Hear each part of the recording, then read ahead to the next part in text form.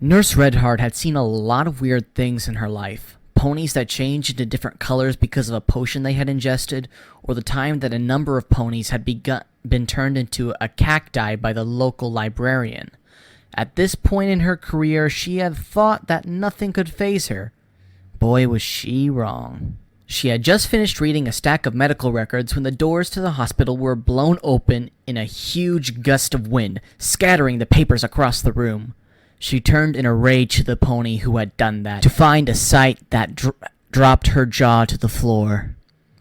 A bipedal creature was standing in the doorway with a red cape blowing behind him. He had an orange pony in his arms. "Excuse me, miss. This pony here needs medical attention. Now," it told her, walking over and showing her the wounded Applejack. Redheart wanted to run, but her sworn oath to help others came first. So, despite her better judgment, she ordered a stretcher to be brought for the pony. The staff that brought the stretcher had the same reaction to the creature as she did, but the creature was more concerned with the pony's safety than it was of their opinion of him. He gently placed the pony down onto the stretcher and watched as the doctors and nurse sped off with her. Now that he had a moment to rest, Superman started to look around the hospital. He could see the rooms above and to the sides of him, filled to the brim with the injured and dying. It hurt him deeply, knowing that if he had been a moment faster, they all still might be well. He walked over to the seats in the main office and sat down, waiting for any news of Applejack. He heard the door to the hospital open again and watched as the princess he had just battled walked up to him, face flustered and panting heavily. "Where's Applejack?" she managed to pant out. Superman pointed down the hallway to where all the doctors and nurses were.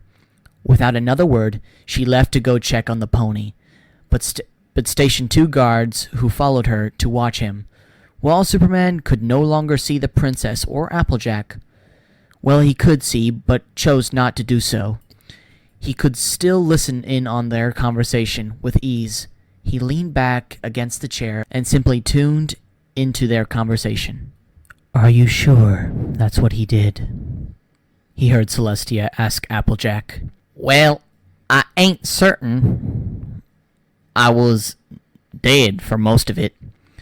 But when I woke up, we were thousands of feet in the air, and in the middle of a lightning storm. Considering how tingly my body was, I figured he used the electricity to bring me back." Celestia began to pace back and forth, not sure of what to make of this story. "What happened with the Hydra?"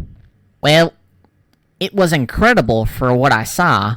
The Hydra was just devastating the village, and was about to step on my sister when this blur just flew in and caught the Hydra's foot. He lifted the Hydra with one arm. One arm! I've never seen some pony so strong." Superman heard Celestia's heartbeat increase, and she started to pace even faster. "What else do you know?" "Princess, I'm sorry to interrupt, but we need to begin operating on Applejack. While the burn did stop the bleeding, she's still in danger," a nurse informed her. "That was a male nurse, don't be so sexist." "Yes, of course. Get well soon, Applejack," Celestia said, turning back down the hallway. Superman opened his eyes as she entered the room, watching her as she glanced at him. She pulled up another chair with magic and sat down in front of him. She looked up and down at his suit, eyes resting on the slightly burned S on his chest. "What does the S stand for?" she finally asked. "Superman," he said with a smile. She narrowed her eyes and continued the questioning. "Why are you here?" she asked. "Because you took my ship," he responded with a raised eyebrow. Celestia looked taken aback, surprised that he knew. "How did you—" "You said during our fight that I came here on a warship. Considering that I've never even spoken to you before, it was pretty obvious by your statement that you found my ship in the forest and are now hiding it in a place that was probably lined with lead." Superman smiled to himself as Celestia's pupils shrunk because he hit the nail on the head. The guards looked at her nervously. While she did her best to hide the surprise, it wasn't that hard to figure out. When he had been scanning the castle up on the mountain, he had come across a room that he couldn't see into. Considering that he had practically scanned the whole globe, he could reasonably guess that his ship was in there. Delicacy prevented him from simply tearing into the room and taking it back. Well then, if you know we have the ship, then you should also know that it is armed to the teeth with weapons and destructive potential. Why are there such items aboard your vessel?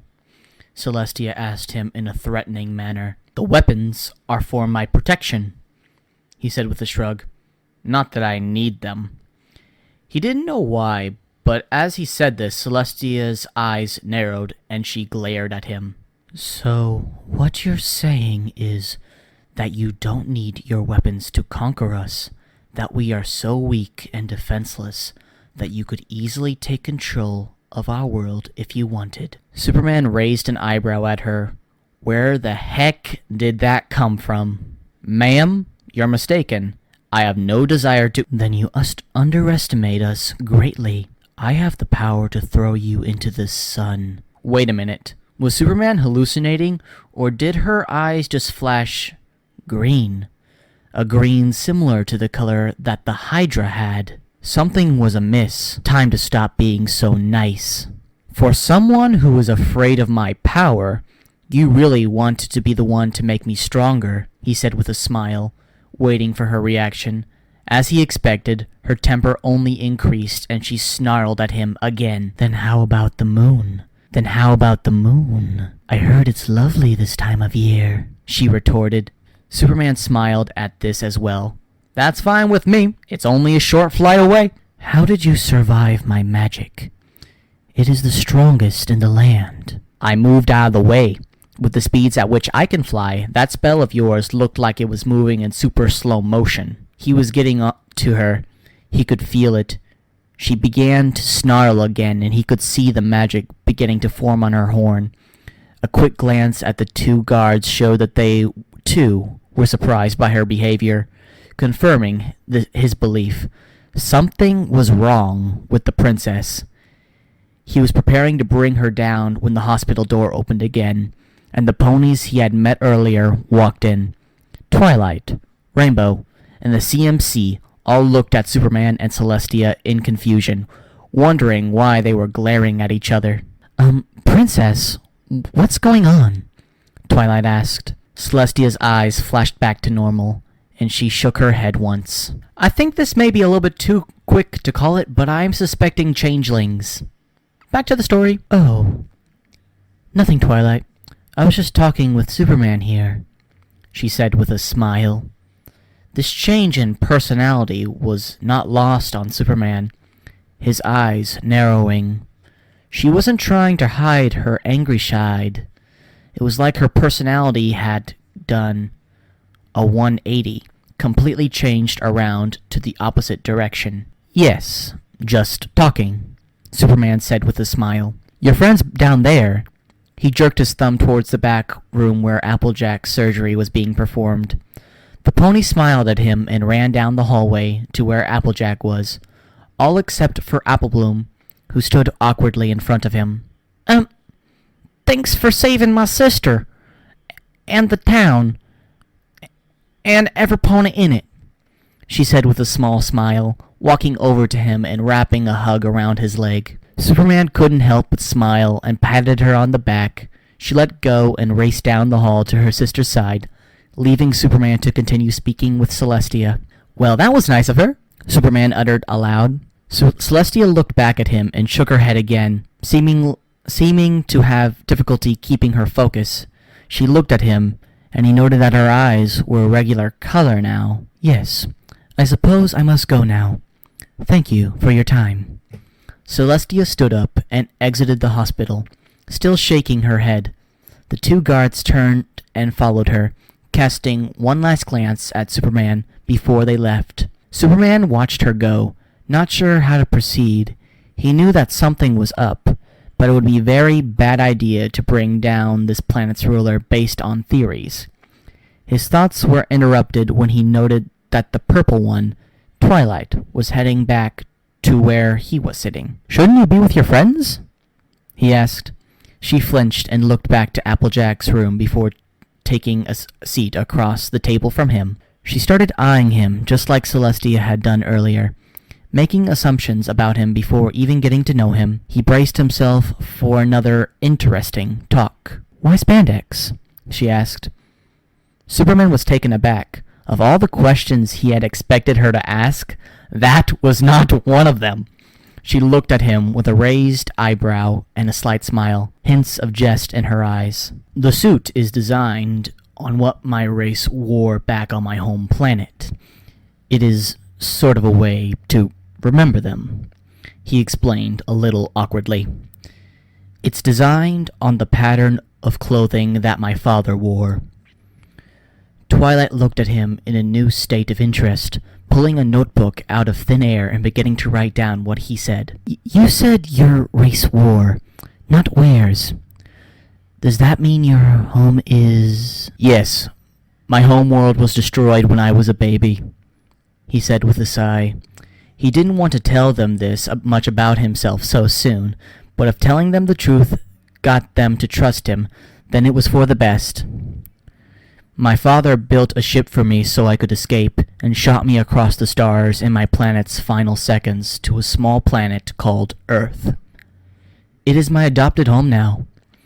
He watched Twilight take notes furiously, smoke rising from her quill as she wrote so fast. After she had finished writing, she realized what his words meant and looked at him with sympathy. "You're an orphan?" "Yes, but I have been well accepted on my new home world, and I am admired to a degree," he replied humbly. "So, why are you here then?" "Because your princess has my spaceship and won't give it back," he said with a small laugh. Twilight raised an eyebrow at him. "Really?" "Well, that's part of it. But there have been so many ponies in danger since I got here that I've spent a lot of my time helping out. I've saved the Cutie Mark Crusaders at least twice now," he said with another sigh, remembering their antics. "Do they always get into that much trouble?" "Unfortunately," Twilight said with a sigh as well. "So, you're a superhero, huh?" "Yes, I am a superhero." "With incredible powers beyond anything we've ever seen?" she asked suspiciously. "Yes," he answered with some hesitation. "And we can do nothing to stop you?" "I have a feeling that this conversation is starting to head in the wrong direction." Twilight stared at him for a good minute before asking her next question. "Are you here to rule us?" Superman rolled his eyes at her. Why was everyone asking him that question? He gave an, quote, unbelieving look to the pony, noticing that she too had a unicorn horn and wings. Wait a second. Celestia had both as well. "Ah, you're a friend of Celestia's, aren't you?" he said with a smile. Twilight's eyes widened and she slowly backed up from the table. "How?" "Because she asked me, or implied the same thing only a few minutes ago. By the way, keep an eye on her. Something's not right with her." Twilight blew off his warning, but was surprised to see just how observant he was. "But to answer your question, no. I have no intention of ruling your or any other world. I'm here to help," he said with certainty, looking into Twilight in the eyes. She flinched and looked away, unable to share the stare. "Glad to hear it, but you could rule us if you wanted to." Superman was beginning to get annoyed, tired of being asked if he were there to rule them. What did he have to do in order to get these ponies to trust him? "If I wanted to, but I would never." "And we couldn't stop you?" she asked quickly. "I don't know about that, but..." "Have you ever used your powers to overthrow a ruler before?" she asked, her questions getting faster. "Yes, once or twice, but that's not the..." "So you might do the same with Celestia, or..." "Can you please stop with these questions?" he asked with a sigh, bringing his hand down onto the table gently. Despite controlling his powers the best he could, he still slammed the table into the ground beyond the point where it could be pulled out. Twilight looked down at it with wide eyes while Superman put his palm to his face. "That didn't help my case, did it?" he asked. Twilight responded. Superman was about to make another try to prove he was there to help, when the door to the hospital once again opened and a pony that both of them knew walked in. "Princess Luna!" Twilight cried out in joy, walking over to her. Luna smiled at Twilight before looking over at Superman. "So, we meet again, Superman," she said with a smile, extending a hoof. Twilight looked between the two of them in disbelief as Superman stood up and walked over to shake her hoof. "You know him?" Twilight practically shouted, looking at Luna in disbelief. "Yes, we met last night. I must admit, my reaction was similar to yours at first, but I came to realize that he is what he says he is. He is simply here to help," she told Twilight with a smile. "So, have you met the others?" Luna asked him. "Yes, I've met your sister," he said with a smirk. Luna sighed and face hoofed. "Oh! Pop culture references, love it." "She tried to accuse you of being an invader here, didn't she?" Luna asked. Superman nodded. Luna removed her hoof from her face and sat down on one of the chairs, barely giving a glance to the table crushed into the floor. "Please forgive her. We've had a bad history with super beings in Equestria, with Discord and Sombra, to name a few. I assure you, she doesn't mean it personally." "That's good to hear, but I need to ask you something about her. Do her eyes usually glow green when she gets angry at someone?" he asked, his concern audible in his voice. Luna turned to look at him, confusion written on her face. "Green eyes? Are you positive that they were green?" she asked in a slightly worried tone. Superman nodded once again, causing Luna to get back up and pace. "Those who have green eyes would belong to either Sombra or Chrysalis, but neither of them have been spotted in some time. Also, they could not get past the magical enchantments that we have stationed around Counterlot," she muttered to herself, pacing back and forth. "Is it possible that you only believed her eyes were green?" "Well, it's unlikely. I must admit that it is possible. They didn't stay green long, just for a second." Luna didn't like the sound of that. While Celestia did have a bit of a temper, Luna was one of the very few that knew about it. Her eyes had never flashed green during any of those times. Was Superman telling the truth? He had no reason to lie to them, as he actually seemed to care about them. But that would have to wait. Now she had some questions for him. "So," she began with a sigh, sitting back down. "What happened out there?" "Well, Your Highness," Twilight began, "it started off with the festival going smoothly, with many of the participants showing up. The festival got off to a great start, with the annual judging and everything. That's when things started to head south." Twilight took in a breath, remembering the tragedy that had just happened. "A massive hydra came out of the forest and started to destroy the town. The others and I tried to stop it, but it was just too powerful. It got to the point where we could only watch as it tried to bring its foot down on the CMC. We couldn't do anything." Twilight broke off at this point, all the destruction vivid in her memory. "Yes, and then?" Luna asked softly. "That's where I came in. I heard the three call out for help while I was over a desert, so I flew over as quickly as I could. I got there just before the Hydra brought its foot down on them." Superman finished for Twilight. "How did you stop the foot?" Luna asked. Superman gave her a look. "By catching its foot before it could stomp down," he replied with a shrug. Luna had to catch her jaw to keep it from hitting the floor. He had lifted a Hydra's foot by himself? Just how strong was he? Go on." "After that, I dragged the creature into the outer stratosphere to try and get it to calm down." Luna's jaw did hit the floor at this point. "But I found that it was being controlled, and whoever was controlling it had no more interest in it after it had been beaten. After that, I dropped the Hydra off on an island and flew back to Ponyville, only to find that I was too late." Luna blinked and looked into Superman's eyes as he said this. Was it her, or did she see regret and sorrow in them? By the time I had returned, many ponies had already died or been injured, but worst of all, Applejack had taken a blast for her sister, a fatal blast. Luckily, I found that her heart had only stopped, so I scooped her up and flew into the nearest thunderstorm to try and restart her heart. Luna could only nod to indicate for Superman to go on. While in the storm, I flew into lightning bolts and absorbed the brunt of the blast myself, allowing the electrical shock to go through my body into hers, which let the current reach her heart without her getting hit with the full force of the lightning.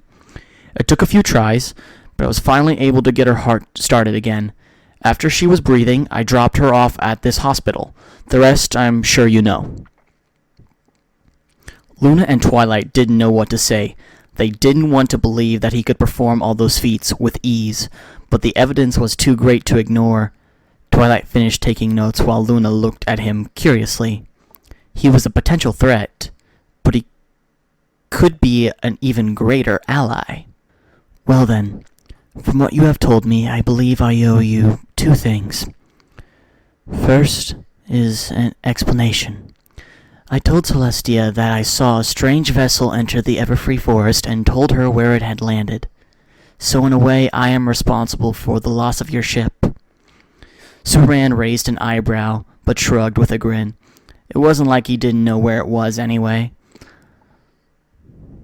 The second thing I owe you is a thank you, Luna said, taking a deep bow in front of him. Twilight went wide-eyed and slack-jawed at the sight of her princess bowing to some pony else, but Superman shook his head and offered her his hand.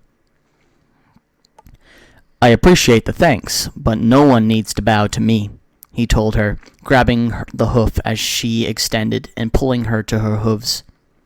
I'm just happy to help. He turned his super sense towards the room where Applejack rested, noticing that she was beginning to wake up. All right, Applejack's finally awake. How about we go say hi? He stood up and walked down to the hallway to her room, leaving two alicorns with two very different opinions about him behind. Twilight believed that he should be monitored and kept close to a princess at all times, for safety. Luna believed that she had finally found somebody else to protect her subjects with her during the night. Both were right in their own way. How's it going? Superman asked as he pushed open the door to Applejack's room. Applejack looked over at him from her bed and gave him a weak smile, whereas Rainbow Dash cast him a cold look. The CMC bounded over to him, except for Apple Bloom, who stayed by her sister. Hi, Superman! What did Celestia want? Sweetie Belle asked eagerly. She just wanted to ask me a few questions and have a talk, he replied, smiling, watching them bounce in place. Yeah, about getting shipped off our planet, Rainbow Dash muttered under her breath so no pony could hear. No, Rainbow, that wasn't it. But what happened out there isn't important. He smiled, turning to Applejack. How are you feeling? He asked her. When he tried to get close enough, Rainbow Dash put herself between him and Applejack. Sorry, close friends only, she snorted. Come on, Rainbow. Don't be like that. He only did save me and my sister, along with the rest of Ponyville, AJ said, wincing as she tried to sit up. I reckon that makes him a friend of ours. Rainbow Dash looked between the two before slowly backing away from the bedside. Superman walked past her and sat down beside Apple Bloom at Applejack's bedside. So, are you feeling any better? He asked. Yeah, the doctors expect me to make a full recovery, but no physical activities for a while. That's gonna make the farm work more difficult for Big Mac and Apple Bloom, but it wouldn't be the first time one of us got injured, she said with a small smile. The smile turned into a wince, and she laid back against the pillows. The doc says that I probably would have bled out if you hadn't stopped the bleeding. That was a minor concern considering that I was already dead. So I should thank you for saving me. No, I'm just happy to help. Also, he said softly, looking over at Apple Bloom, I'm glad I was able to help keep a family's home together. Apple Bloom gave him a grateful grin, as did Applejack. Leo, if you're hearing this, I have a newfound respect for Superman. And speaking of homes, Luna said as she and Twilight walked into the room, where will you be sleeping tonight, Superman? I'll probably be sleeping in the upper atmosphere, close to space. I'd be happy to keep an eye on everyone up there. Oh, no you don't. You can't just save me and my family's lives and expect us not to return the favor. You can sleep in my family's barn for as long as you need to, Applejack offered. That sounds good. Superman, would you mind staying with the Applejack family for a while? Luna asked. He thought about it for a second before smiling. Sure, I'm fine with that. Living on a farm again will bring back old memories. Good. Now that every pony's in agreement, I must go and make a full report back at Counterlot. I'm not looking forward to the paperwork, she said with a groan, casting a magic bubble around herself and vanishing in a flash. All the others watched her go before beginning to head their separate ways themselves. Well, I'll see you later, Twilight said. I have a lot of reshelving to do, and I bet Spike is looking forward to it. She left with a smile, clapping her hooves together before teleporting herself out. Yeah, I gotta get some Z's. See you all later. Rainbow Dash chirped. Superman noticed that she looked right at him when she said this. Later, with a flap of her wings, Rainbow Dash flew down the hallway and out of the hospital. Superman looked down at the 3 fillies that had been left behind. How about I take you all home? They all looked at him and nodded in agreement. He looked to Applejack, who nodded as well. Can I just say that though Superman did save all those people, it is a little bit strange that they all left and didn't take any of the CMC. I'm just saying that's mildly very irresponsible and is a huge hole in the story. So that's it for this. Bye. For now, anyway.